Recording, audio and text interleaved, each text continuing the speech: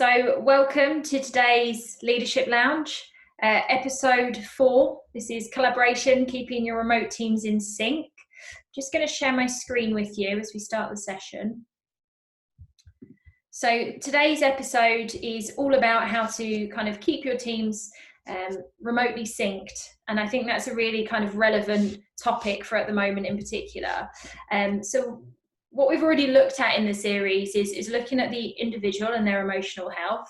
We've looked at you as leaders and how to keep your leadership mindsets and how to keep kind of thinking about leadership constantly, even through challenging times.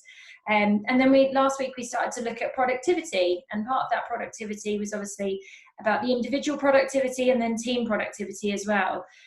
But this week's episode kind of starts to move on a little bit from that and looks at kind of how to collaborate as a team and to do things collectively as a team. So we're joined today by Colin, Adrian and Karen Deep, who are going to take us through kind of their insights, what they do, what their challenges have been, what the changes are that they've made as well to their teams. And I think it's really good that we've got these guys in today, because working in the tech and the development space, they've probably had some of the biggest changes. They were kind of all go with super pay, then it suddenly stopped, now it's go again, but with a lot more changes. So it's really relevant to hear from these guys today and find out a bit more about what they do. And so on that note, I'm going to hand over to each of them now just to introduce themselves and tell you a bit about their team. So can we start with you, Colin? Certainly. Hello, everyone. So I'm Colin Jackson. I'm head of partner technology here, Payment Sense. I joined in January 2016, so about four and a half years, and I joined as a developer, moving on to team lead, which was actually my first people management role. Went on to head development for payment systems, which was kind of like Adrian's little brother, if you like. So dealing with payment systems, stuff, so connect and collect and all that kind of stuff. And I've now moved over to the commercial team as head of partner technology. So I've managed lots of people in the past. It's varied throughout my time here. At the minute, I'm currently heading up the IM team with Alex Day as the lead. So at the minute, it's 5 people, but there's been lots in the past, remote teams included, and even managing someone who was working in Australia at the time. So got some experience of this remote management. So that's me.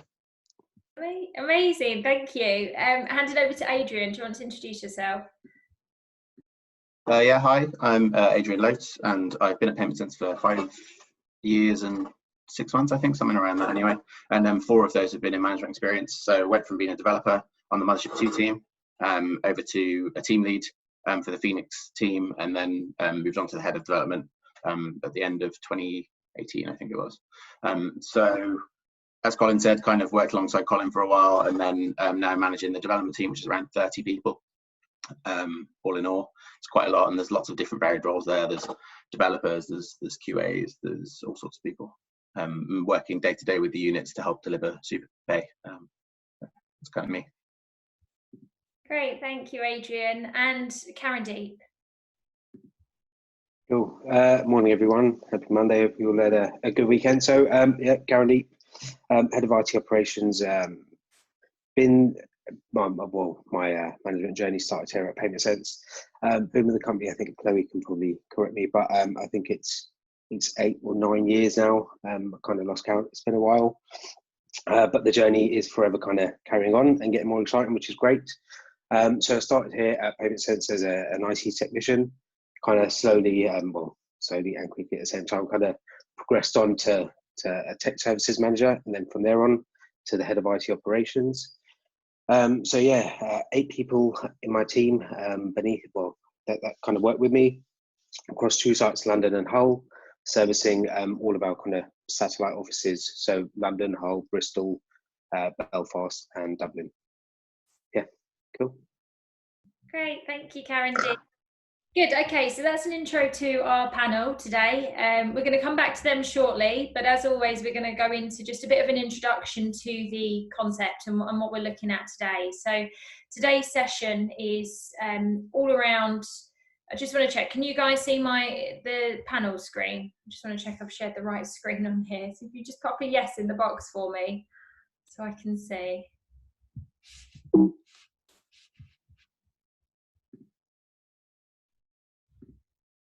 Brilliant. Okay, cool. So you can see my screen. Good.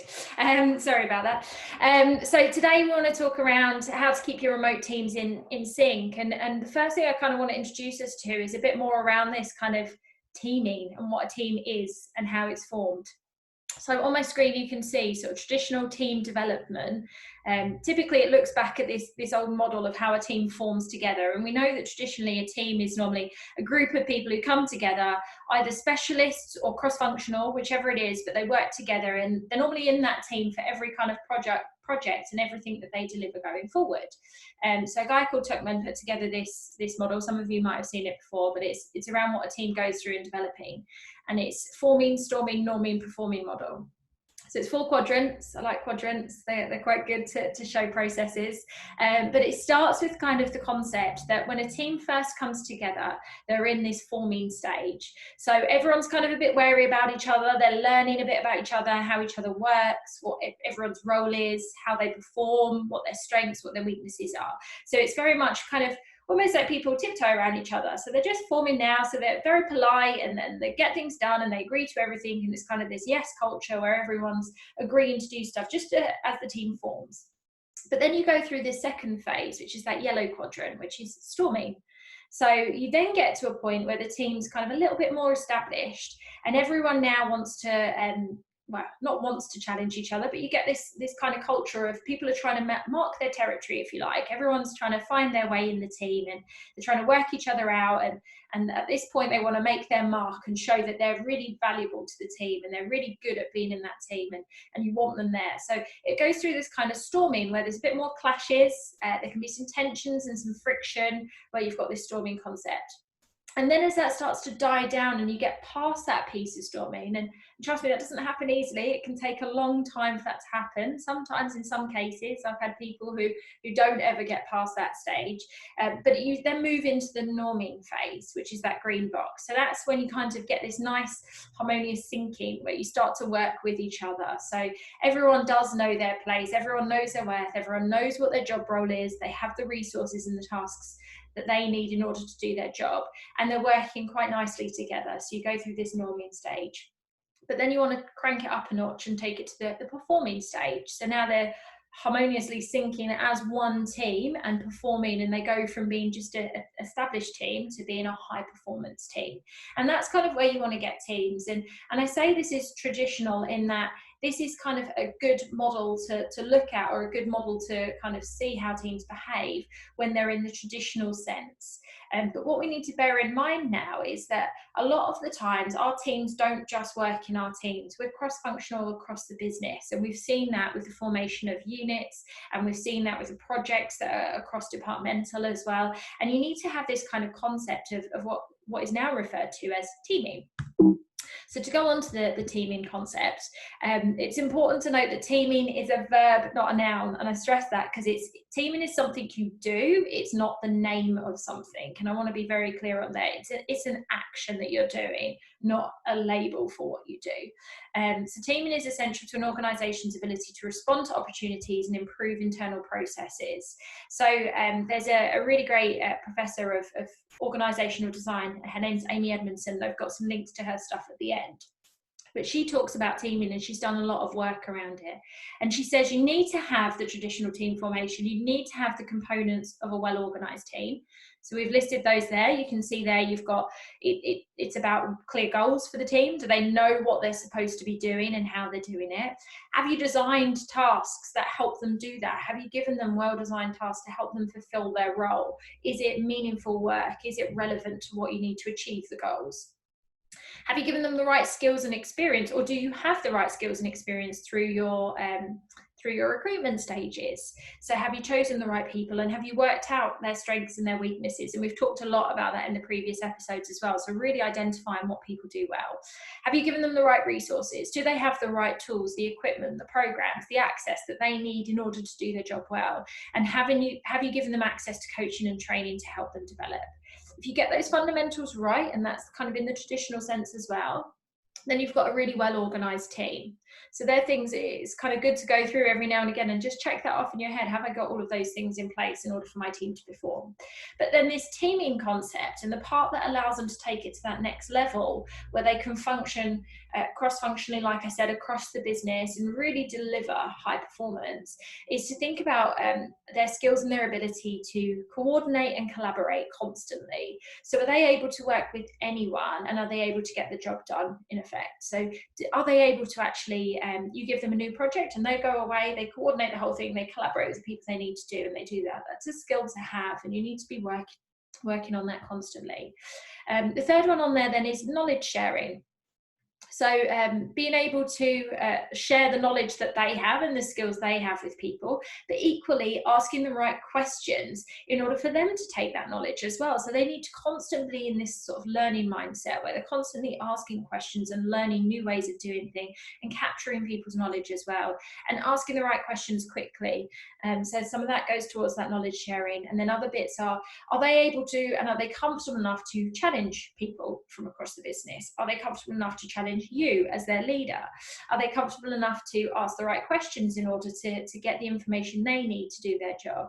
And that's how we start to move from this kind of concept of a traditional team to this new teaming culture. And in order for you guys to kind of bring that out as leaders and as people managers, we've said there you've got to have a well-organized team, and it's always good to kind of check off this list mentally in your head. Have I got this in my team, and are we moving in the right direction? But also you can kind of create this culture of teaming in three clear values or skill sets that you need to have. And this is what the professor I was talking about, who talks a lot about teaming, has kind of identified. And she says the first thing that you need to have is situational humility. So in that, if you're doing a project or you're leading your team in something, or there's an area that you guys have got to now go into that you need to kind of learn a bit more about, it's important that you're clear with your team that you don't know all the answers. It's okay to say, I don't know, but I find it out, or I don't know, but Bob on our team has a really great answer to this, and I think he'd be really able to help us with this piece. So being able to do that and not think that you have to have all the answers as a leader is really, really important. And I think that's what helps your team trust in you and trust in your leadership. The second one is curiosity. So find out what others know, constantly questioning things. Like we said, you want that from your team, but you need to have that as a leader as well. And you need to be constantly asking your team, what do they know? Find out how they did it in previous roles or in previous companies. And don't be afraid to take risks as well. So curiosity is a really big thing for this teaming culture, and it will really help you drive forward if you're constantly questioning. It doesn't mean that you're critical all the time. It doesn't mean that you're objecting or you're negative. It's about wanting to know more and wanting to know how to do it and how to do it better. And the third thing is psychological safety. So I've talked about this in a couple of episodes ago about Google did this big study into, it's quite famous actually now, but big study into what makes high performing teams. And they found sort of 8 traits that make a high performance team. And the number one trait was creating psychological safety. So for yourself, don't see threat in others. If you're not an expert, but you have someone on your team who is, utilize that. Don't be afraid of that knowledge. Don't be afraid to kind of use what they know and learn from those people as well. And also create that within your teams as well. So create that safety for them not to be in this constant competition mode. Part of teaming isn't about lone stars. It's about working together to do something. So how do you actually create that psychological safety across all of them so they don't see each other as threats? So you can do this in many different ways, but a lot of it comes down to sharing that knowledge and creating those opportunities for them to share knowledge and to get to know each other and to kind of to form that team, if you like, and that team bond. So that's what we're going to look at more today. But what I want to kind of factor in now is you can establish these great teams and you can really work on this kind of teaming culture. But what happens when change happens? And I think that's what the guys are going to really draw on more today and give us some more insight to. But one of the things that we need to factor in is everyone goes through kind of a change curve, and this sums it up beautifully. This was actually created in the 1960s, and you can use it across professional settings and personal settings as well. But it's this whole kind of concept of everyone goes through a change curve, and you go through different stages of dealing with change. And as leaders, we need to then understand, right, how do we recognize what stage this person is at, and then how do we help them going forward? So you've got two parts there. You've got the looking back part and the looking forward part. So when you look back, any change that happens, and you can probably relate to this, and if we put the COVID-19 situation into this model, the first thing that happens is obviously China had the outbreak of COVID-19. People were kind of in a shock, believe, oh, I can't believe that's happening, I can't believe they're locking down. You go through this denial, it's never going to happen to us. We've only had a couple of cases, they've shut all the borders, nothing's going to happen. So then it goes into lockdown and working from home, and it's not fair, we're going to be in lockdown for ages. And then we go into, I'll do X to prevent Y. So we go through the whole bargaining thing. So a lot of people, I know, were sort of saying, well, to avoid furlough, or to avoid the company going under, I'd happily work for free, I'll take a pay cut, that kind of thing. So you go into that bargaining, and then they go to the bottom part. So the lowest part for them over time is the depression stage. So what's the point? This is really bad, we're going to lose our jobs anyway, whatever it is. But then you start to go through the upwards curve. So it's the kind of acceptance piece. So it's kind of like, all right, so it's not so bad, we've been in lockdown for a few weeks, it is what it is, I'll just make the most of it. And then you go into that problem solving. So how can I prepare myself for the future? What can I do for the future? So again, if we look at the COVID-19 situation with that and lockdown, it could be, well, actually, I'm going to make the most of this time at home. I'm going to do the house projects that I've never done. I'm going to learn to cook. I'm going to learn a language, whatever it is. But you start to come out of that. And that's the piece that you want to focus on with your teams. But recognize and show empathy and help them when they're going through those looking back stages, when it's that kind of denial and anger, and help them try and change their mindsets as they go through acceptance and problem solving. But the point of this is to kind of say, well, actually then, how do our managers and our leaders cope with this change, and how do they lead their teams in it? And that's what we're going to discuss today. So on that note, let's take it over to our panel for today's panel discussion. Just going to stop sharing my screen now so we can see them. Okay, so all of you guys, all three of you, run really, really big teams, and you've all been working on business critical projects. So obviously we had, before all of this happened, you were full speed ahead for super pay. Then we kind of pulled the handbrakes for a little bit, and then it was all go again. So I suppose my question for you guys, and we'll start with Colin on this one, what's the biggest changes you've had to navigate in recent weeks with your team? Yeah, well, a few things come to mind. Obviously, as you've touched upon there, everything that's going on with COVID. You know, the unfortunate furloughing of staff has had an impact, not just on the staff that have been furloughed, but also the staff that are left. You know, that suddenly there's less hands to pick up the work, and there's some difficulty in that. You know, it's people have more pressure on them to do things, and it's easy for morale to slip. So I think that's been quite a big thing that I've witnessed and had to deal with in my team. Also, the constant working from home for everyone. You know, I'm fortunate in that I'm a little bit more used to it, with having teams spread across, and having, you know, looked after Ollie when he was in Australia, which wasn't fun. So, but the constant working from home, you know, I'm someone that quite likes to be able to go up to people and talk to them, and you know, just go up and get something resolved there and then. And there's some added difficulty in change that you'd have to go with everyone working remotely and not being nearby. You know, you can't get that quick reflex, and so I think that they've been two of the big things. But also, I've switched over, you know, I've come back into the technology part, and I'm helping out with SuperPay and the big project that is. And of course, that's you know, it's quite a bit of a change, the harshness of the deadline. You know, this is a big project. It can't be overstated how much has gone into this, and having a tough deadline to try and meet just adds the pressure on top of it. So I think they're kind of the main changes that has had to be navigated really in the last couple of weeks.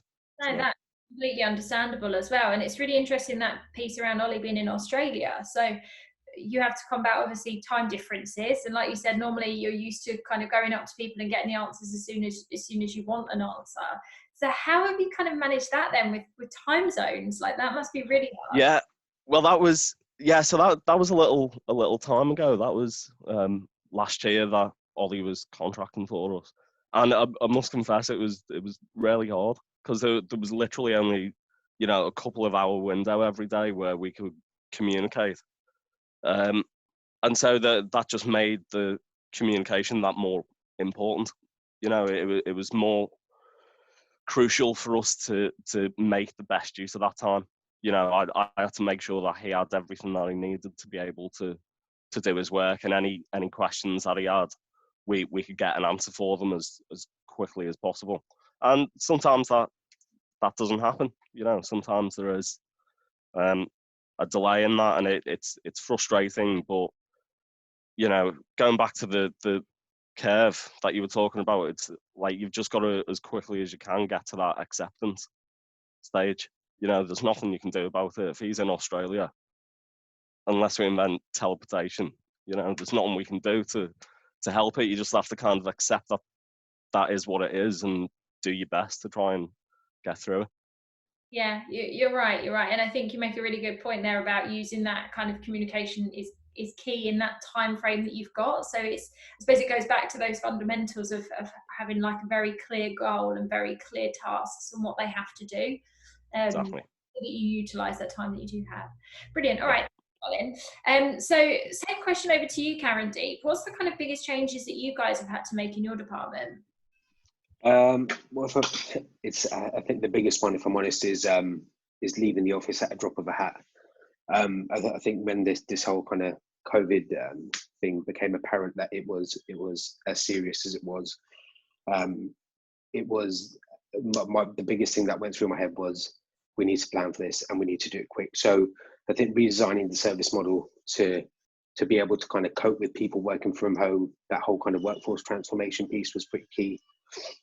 And I think then understanding, I mean, once that piece was taken care of, it was then a case of, right, furlough is going to happen. And I lost 4 guys to furlough. So it was then, how do I, again, redesign the team temporarily to make use of all the resources and be as effective as possible with kind of having in mind SuperPay is this thing, like Colin said, we've been working tirelessly to achieve great things, and then continue with BAU support and kind of small fixes to help productivity.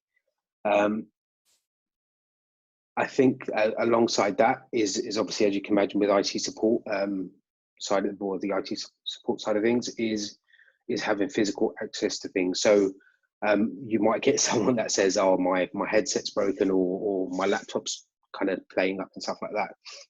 And during the first kind of 3 to 5 weeks of COVID lockdown, you know, the whole kind of social distancing, everything going in serious lockdown was quite obviously serious, and I think everyone knows that. So it was, how do we arrange this? You know, how much kit do we have in kind of backfill?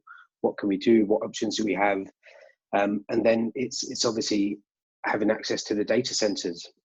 So there's a whole bunch of really expensive kit we bought for SuperPay for the back-end infrastructure for the kind of point-to-point encryption of the terminals that we had to kind of go and rack up and configure and get all this documentation done for, which involved third parties. So it was, how do you align all these guys? You know, one guy lives in Oxford, someone lives in Kent.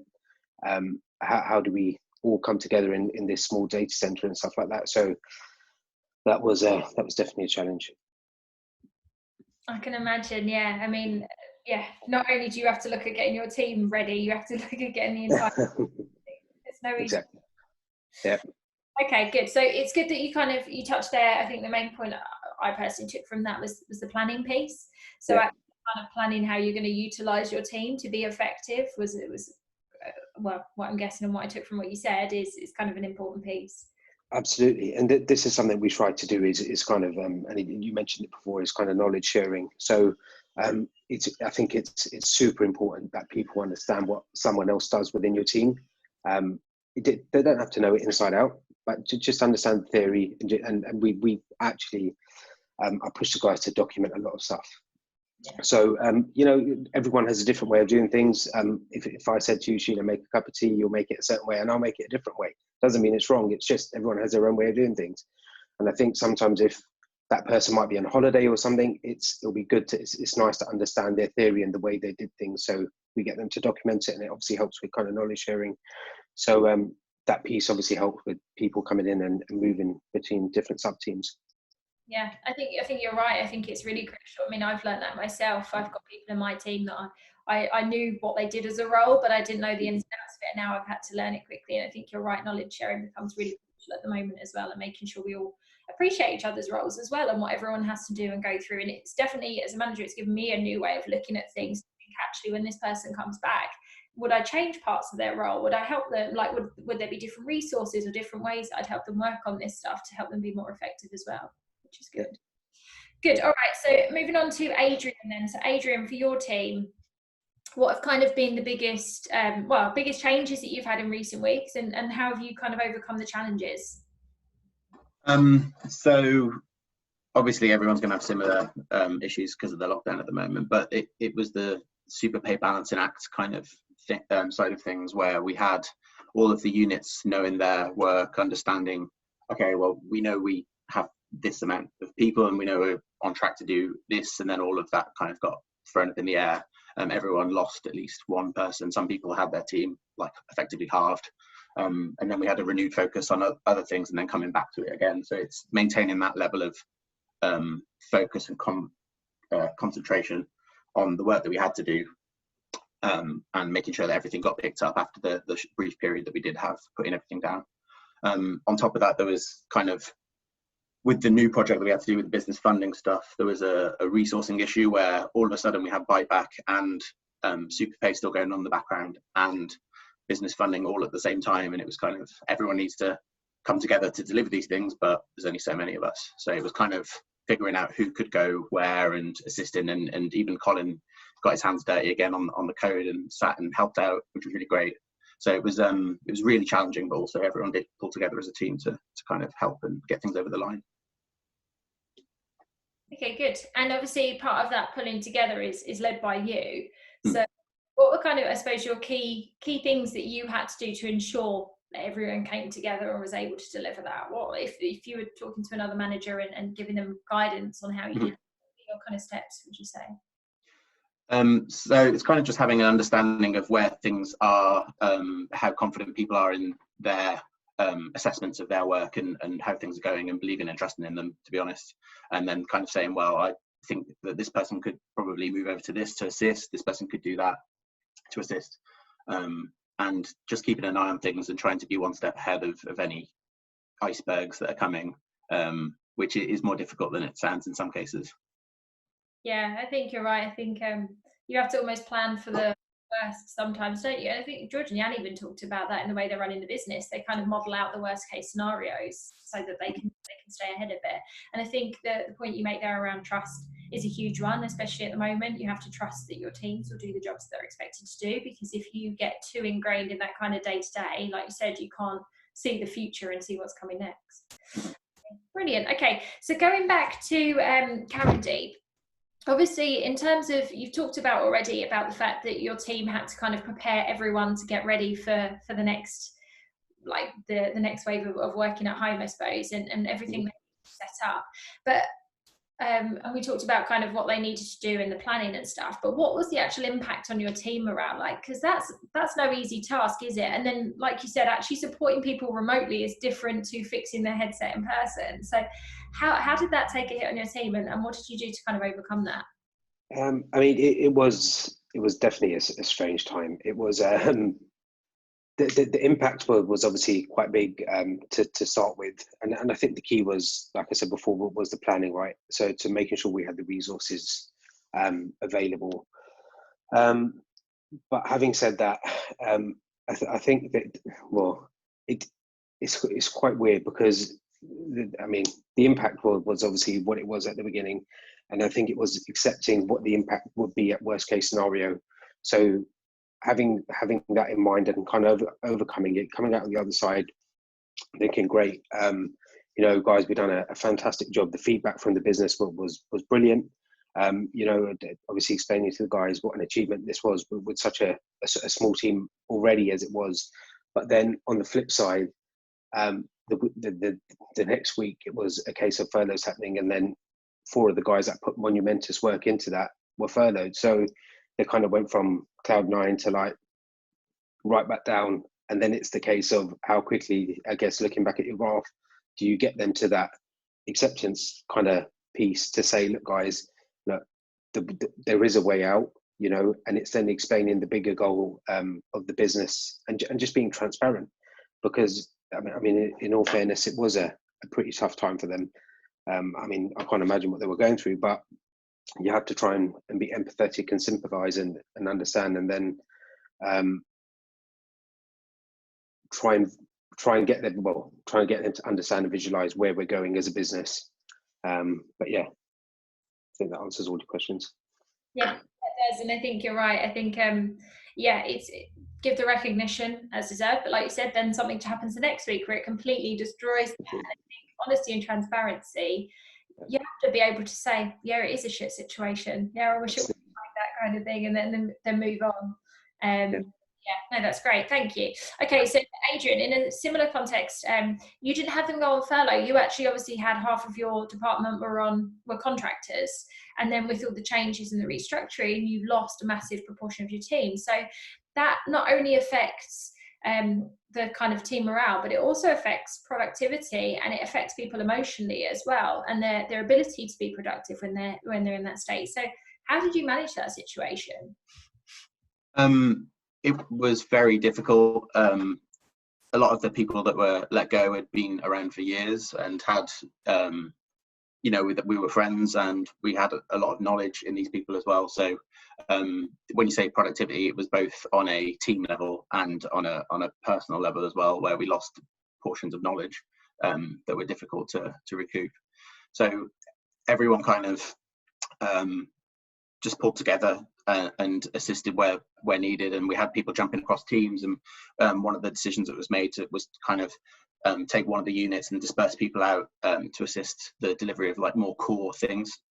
So taking that decision and making that happen really assisted on getting some of the more important things done.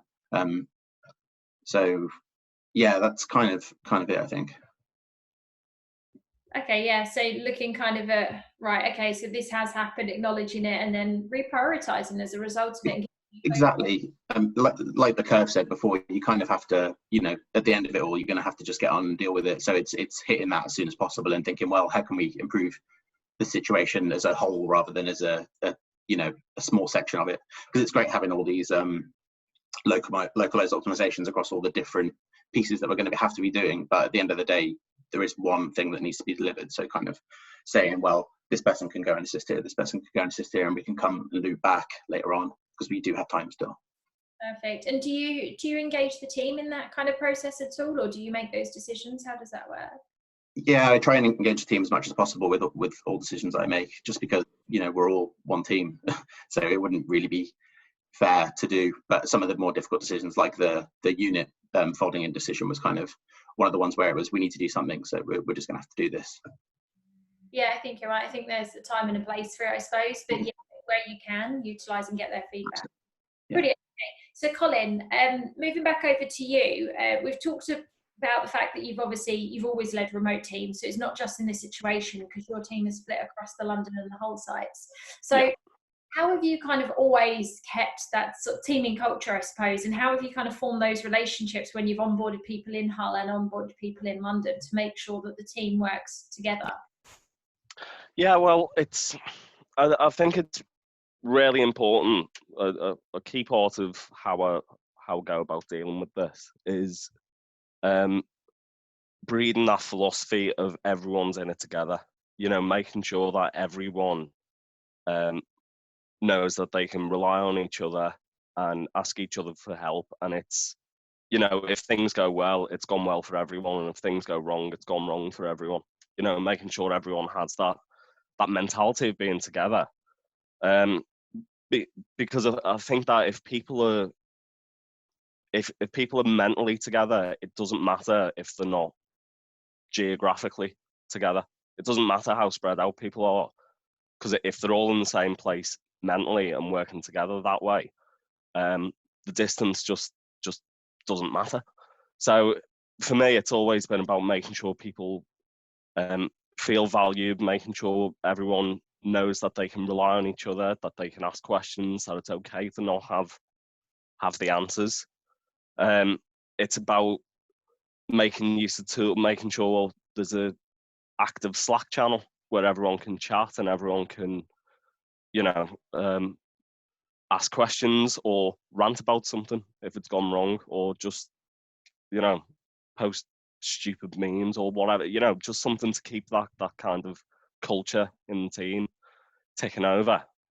And of course, I think you've got to remember to have fun.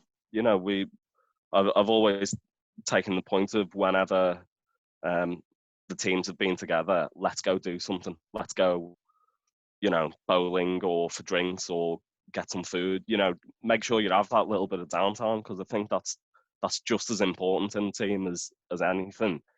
Even more so when there's that geographical separation.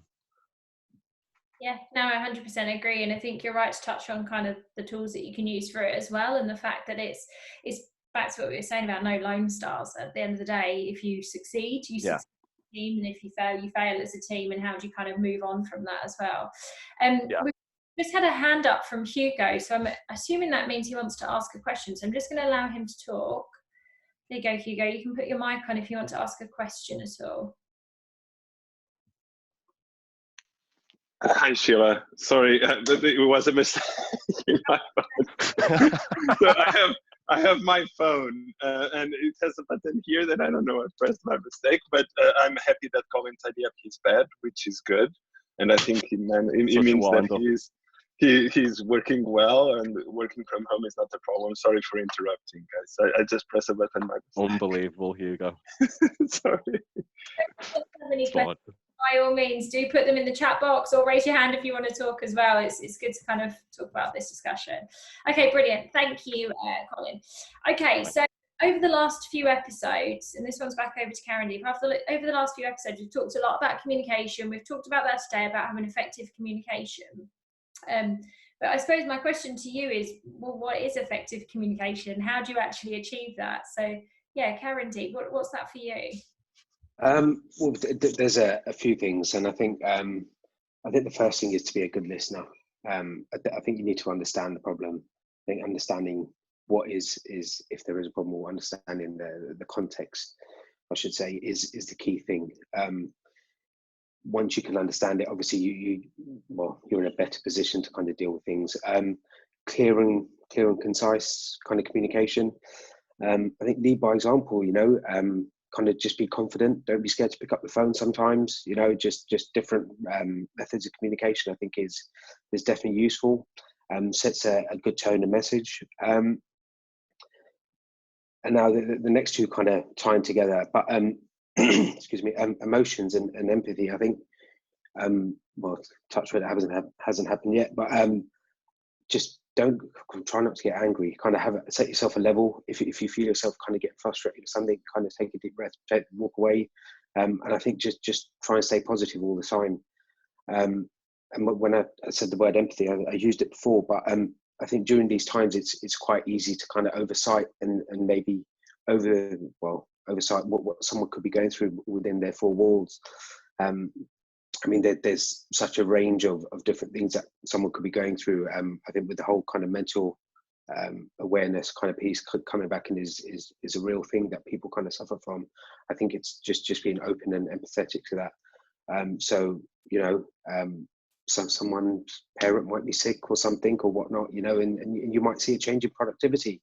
You know, it's not about things. There's also distractions at home. So I think just just to bear those things in mind. And I think just have strong data, analytics, facts. So if you're doing a one-to-one or giving someone in your team some feedback, just make sure you have the right kind of figures and stats there to guide them in the right way. It's not always going to be perfect every time, but I think just make the best of a bad situation and use that as an opportunity. Yeah, great. I think you have to look at both parts. You need to keep it, like you said, factual in terms of performance, but you're right, you have to have that well-being and that person first, which we talked about last week. So person first, work second, and checking on how they're doing. And people don't have to open up to you. They don't have to tell you what's going on at home, but you should kind of get an inkling if they are struggling or if they're going through a tough time anyway. Okay.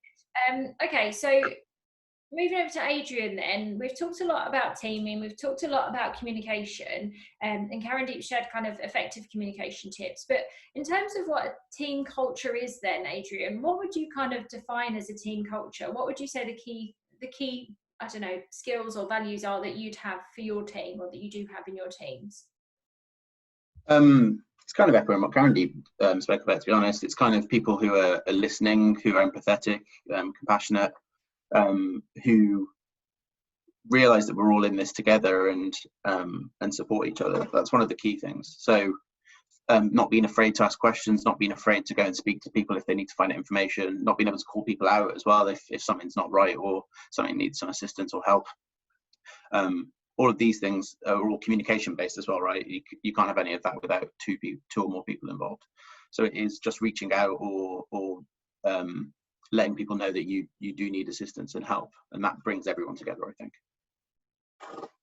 I think you're completely right. I think a lot of this stuff boils down to just effective communication anyway, but you're right, it's more than two people. That's the key thing, isn't it? And it's how do you work kind of together and get that right relationship.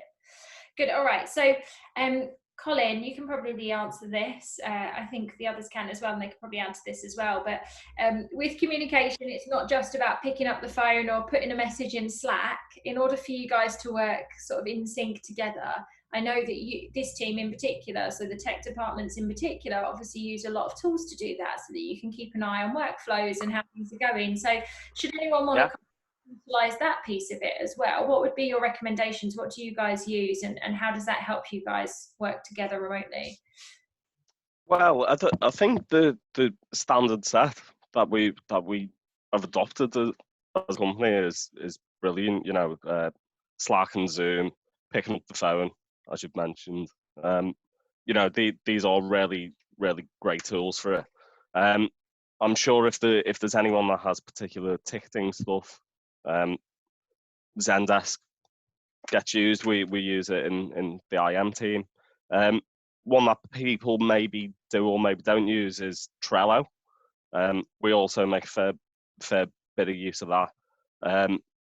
And for those that don't know, it's a board system. You can lay out your lanes and have cards that can move across, and it's just really great for visibility of what's going on. You can slice and dice it in different ways, and it just means that you and the team can see the state of various tasks that are going through the pipeline, if you like. So that's something that I'd recommend, something that we use a little bit. But I think the standard tools that we have, you know, IT have clearly done a good job picking good tools. Not that I want to be too nice to Karandeep. But yeah, you know, that's. I think you're right. Zendesk is amazing for all of this stuff at the moment, seeing the tickets, and I've seen it used across teams as well, which is amazing. So if you're needing a ticketing system, I definitely think that's a good place to start. I think Trello is a really good one. I know it's not. I don't know if we actually have a company account. Karandeep can probably answer this, but I know with Trello, we obviously you can just sign up for free and use it, and I've used it in my team. My question for you: sometimes I'm like really active on it with my team, and then other times I'm not. So how do you kind of keep using these tools so that you effectively? What would be yeah, I mean, it's tough, right? Because it's a habit thing. It's you need to get into the habit of using it. Although I would say that maybe if you find yourself shying away from using it, or if anyone finds themselves not using a tool as much, you know, maybe that's indicative of something else at fault. Maybe the way it's being used isn't paying off as much as you're expecting it to. Because if it did, you would definitely keep using it. You know, so maybe something needs tweaking in there, or you maybe need to look at why it is that you're not using it. Is there something else at play? Is it not fulfilling something that you want from it? Is the setup of it not right? You know, I think the question's worth bearing in mind whenever you have a tool that, you know, looks good and for all intents and purposes does what it needs to, but you don't find yourself using it. For me, I think that indicates something else at play. I think you're probably right, actually. I need to look at like how it's what I use it for. And you're right about the habits as well. So I think they say Yeah. you do it 1 time and it becomes a habit. Yeah, it's about 1 million times for me, I think. But yeah. Cool. All right. Karen, Deep, and Adrian, do either of you have anything to add to that around kind of effective tools? Yeah, I mean, aside from what Colin said, so we use, I mean, I think the biggest thing is Google Docs. I think Google are doing a pretty good job at evolving the kind of functionality of Docs, and I know Sheets still isn't there, and will probably take about another 50 million years to get somewhere close to Excel. But Sheets is pretty good and does a pretty good job, especially with the kind of assignment feature and kind of commenting through documents. So I think for collaboration, it's pretty good. And we use something called Confluence. I'm not sure if most of the guys on the call have heard of it, but it's kind of like a partner to our old ticketing system, Jira, but it's basically a document library. Again, something similar to Google Docs, but it's just a document store that you can kind of link back to tickets. So I'm not sure if I know Zendesk has something similar, like a library. So depending on kind of resolutions and stuff like that, it can link to certain documentation. I guess, well, I'm pretty sure they use it with training and stuff. So that's something that's pretty useful. Yeah, great. I think you're right. I think Google Docs is a massive one. Adrian, you popped up. So anything? Yeah. It's kind of very similar to what Colin and Karen Deep said around the standard core tools that we use, and especially Google Docs. And then another one that I wanted to just pitch in with for development that we use a lot is Lucid Chart, which is kind of allows you to plot out different charts for whether they're process flows or flow charts or whatever, and it allows people to collaborate on those. We found that really useful, especially for doing complex systems diagrams. And then another thing that I use personally, which might help some people, is like it is Gmail, which is, you know, everyone uses that, no surprise, but I try to keep it at 0 inbox as much as possible, and that really helped me personally kind of figure out what needs to be done and what doesn't need to be done. And then I keep a need to do and a want to do list as well, which I've got visible at all times. So I can kind of see, well, this is the next thing I need to do, this is who needs to speak to this person, this is the status of this, and having all that information in one area really helps me kind of disseminate where I need to be and what I need to do next. Great. Yeah, I think that's a really good tip, actually. Need to do and want to do list. It's 2 completely separate things, so it probably does help you prioritize, I can imagine. And you're right about Lucid Chart. So even you guys use it for complex stuff. I use it for the simple stuff around how a training program is going to work. So I recommend Lucid Charts as well. I thought that was an excellent tool. Good. All right. So we're coming to the end of the session. So I just want to remind everyone, if you've got any questions for any of the guys, just pop them into that chat box. But I want to just kind of leave on the final question, and then I've got a couple of resources to show you as well. But my final question for all 3 of you is for managers who are wanting to improve and utilize tools and systems, where would you tell them to start? So you've given a long list of good ones, but what would be your place of starting point for a manager who wants to start focusing on kind of this team collaboration? What would you say would be your go-to tool? So we'll go over to Karen Deep first. Cool. I would honestly say look at what you can do without using so many different systems or multiple systems. And I think an example of that is Slack. So I know it's a chat service, but you can also do a lot with it. So it has a whole bunch of integrations. And like as an example, kind of I use it to start Zoom meetings. We use it for monitoring system kind of updates, kind of Google status, so SaaS application updates. So for example, if Google has an outage, it will kind of message one of our Slack groups and kind of all the team will look at it and it'll notify them. Looks at updates too, same sort of thing, and outages. So we have certain things kind of integrated with our monitoring system. So if a server at one of our data centers goes down, it will then notify us in Slack. So I guess the key thing to come out of all of that is probably put a list of the 5 most kind of used applications or things that you do down, and see what tools you can do to consolidate. But just probably bear in mind that your experience might change with them, so you won't get the same kind of UI and fancy look if you consolidate. That's a really good tip, thank you. If people want to find out more about Slack integrations, like, is there anywhere they could find that? Yeah, I guess what I'll do is I'll send a link to you, and you can maybe post it out or something, and you can see that there's a whole bunch of things you can do. There's probably a lot of integrations that are already there that people can make use of, but I'll send you a list of like a library, I guess. That'd be great, yeah, and we can share that. Brilliant. Okay, over to you, Colin. So what would be your kind of starting point for people?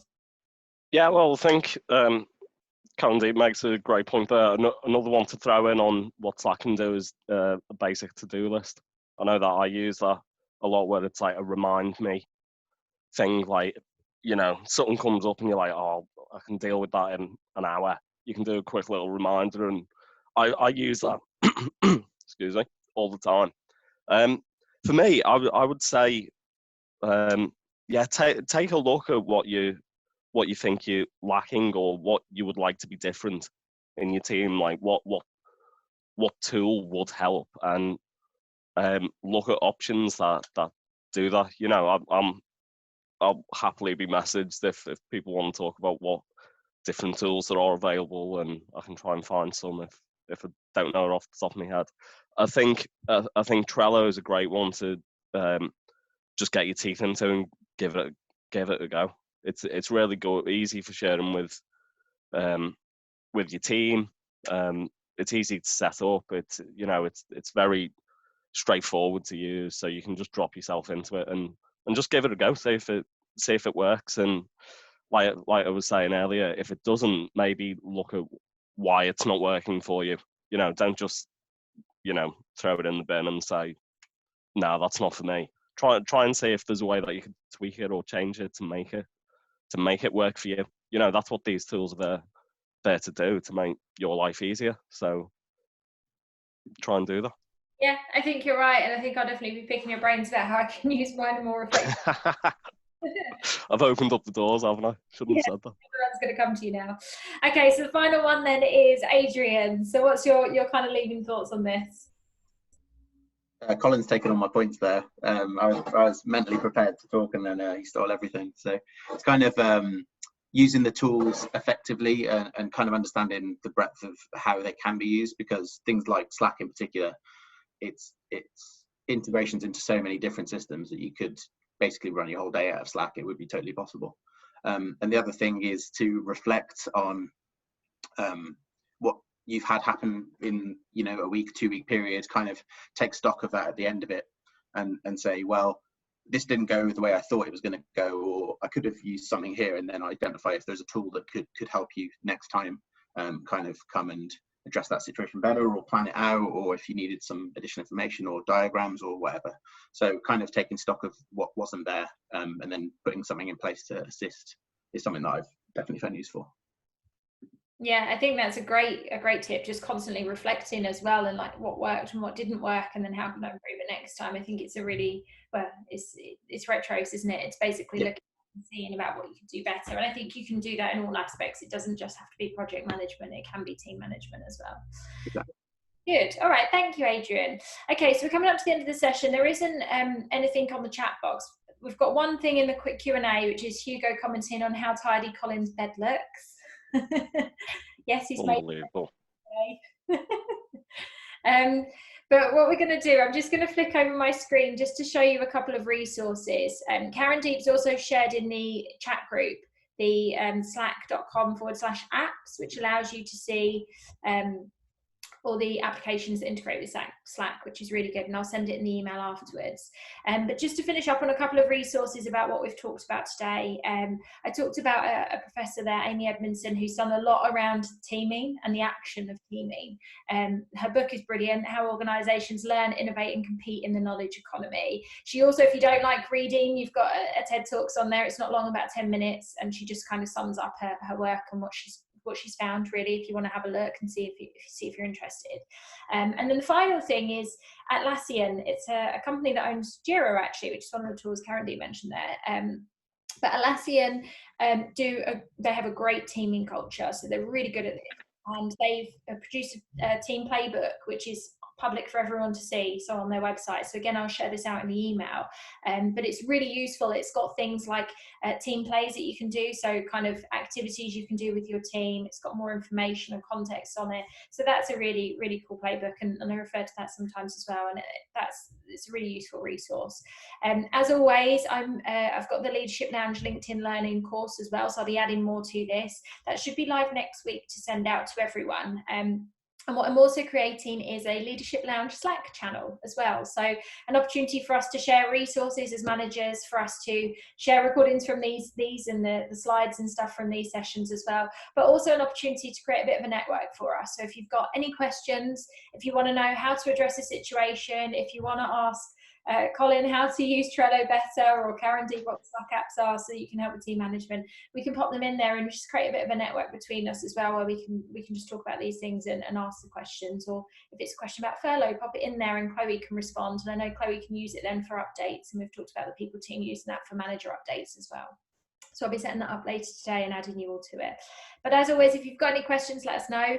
If is going to be the setting vision, OKRs, KPIs and achieving goals. So we've got Luke, Maria and Tracy joining us for that session. It's on a Tuesday next week, because obviously Monday's bank holiday, but it will still be at 9:30. So I hope to see you then. Have a lovely day, everyone. Bye.